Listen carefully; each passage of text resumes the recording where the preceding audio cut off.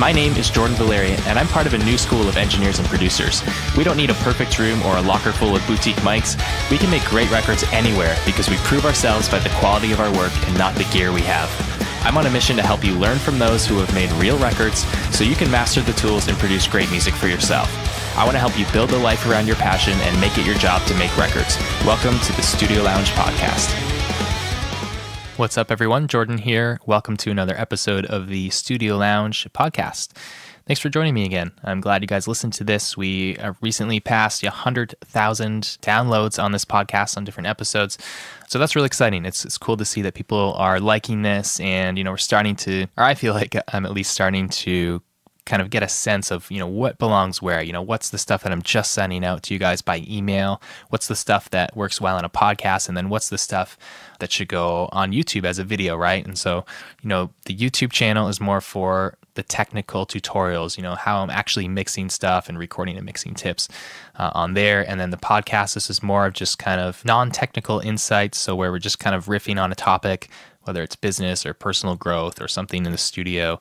And then the email, it's just kind of a catch-all, and it's also sometimes where I've just got some motivational stuff, just some insights I want to share with you guys. Often I send out by email. But anyways, that's not what I'm here to talk about today. Just wanted to thank you for following along and tell you where I'm at. The topic today is the willingness to suck. Now, that's kind of maybe a little funny to say, but I was thinking about this the other day, and I've heard some other people talk about it recently. And, specifically, I was creating a video for YouTube, and it was me on camera. And, I was watching back the edit, and it's like, okay, this is good. The content's there. I said what I wanted to say, but it's the classic thing of like when you see yourself on video or when you hear your voice, nobody likes it, right? And a lot of people, they let that stop them from actually putting anything out. Here's the thing, guys. I can't tell you how many times I've recorded a podcast or a video or something and felt like it sucked, or felt insecure about it, or think like, maybe I shouldn't put that out. It wasn't good enough, or I should do it again. But I've just tried to develop and grow this muscle of just doing it anyway, and being willing to take a risk, and being willing to suck, quite frankly.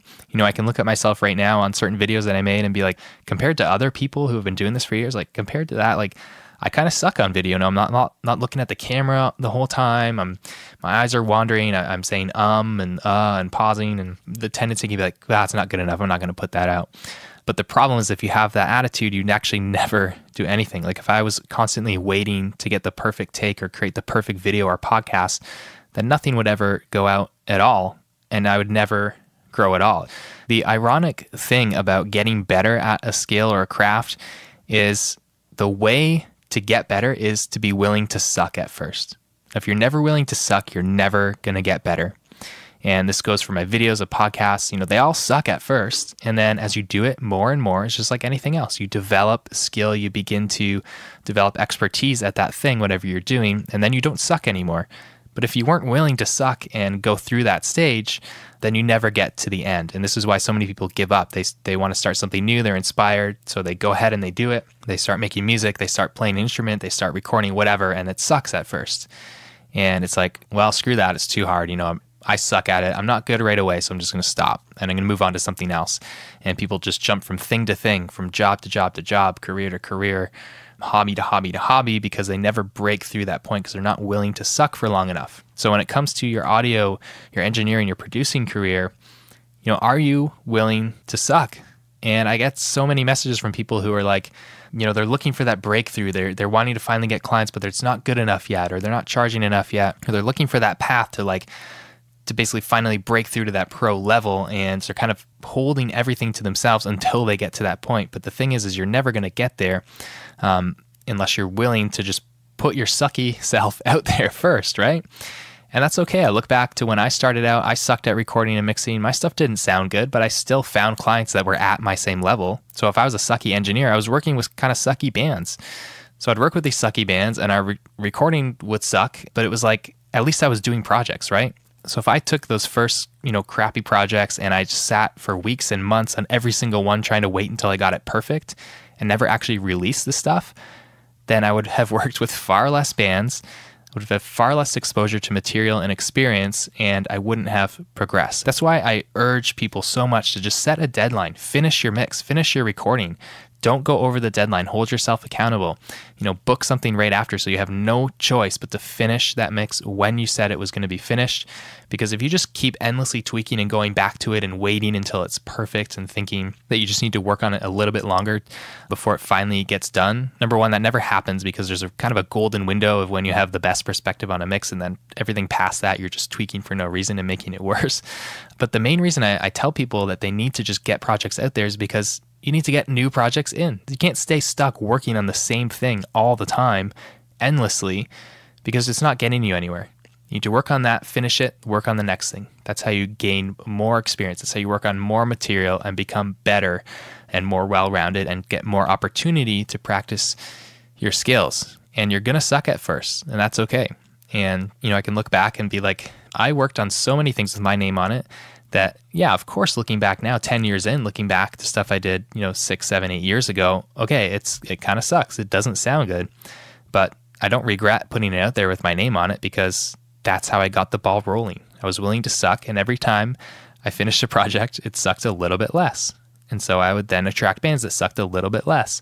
Then I'd be able to raise my rates a little bit, and, the next bands I would attract would suck a little bit less than that. And then you just keep going on, right? But it's that willingness to suck. So if you're just kind of starting out, or you're just maybe intermediate and you're frustrated with your quality of your stuff, just be okay with it. Put it out there anyway. This is how you move forward. Don't be afraid. There's a quote, I think it's Aristotle. Do you want to know how to not be criticized? Say nothing, do nothing, be nothing. So what if someone says that, your recording or your mix isn't as good as so-and-so else's or whatever? Be where you are. Start where you actually are at. Live in that space. Work within it. And then be willing to put yourself out there. Be willing to put the projects out. Be willing to reach out to potential clients who are at your same level. If you're starting out, don't try to get label bands and touring bands. Get local bands who are also just starting out, who are younger, who don't have as high expectations, who are also willing to suck. Like when you're in a new band and you go to record your first song, your first recording is going to suck and your song is going to suck. But who cares? You're excited. You want to have the experience. That's the attitude you have to have. You have to be willing to suck at first. And the people who succeed the most and kind of make these leaps past the crowd, the masses, it's the people who are willing to suck at whatever they're doing first, but they stick with it long enough to get good. All right, guys. So in whatever area of your life, maybe it's audio, maybe it's something else.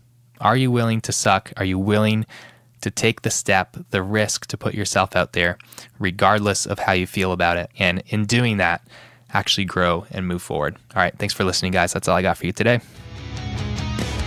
If you want to go behind the curtain and learn the secrets that go into making real-world major label quality records, head over to makebetterrecords.com and join the email list to get my best exclusive free content. I've already helped tens of thousands of people start making better-sounding records, start a business, and some have even quit their day jobs to go full-time in the studio. I want to do the same for you, and I don't hold anything back, so join us at makebetterrecords.com to get started.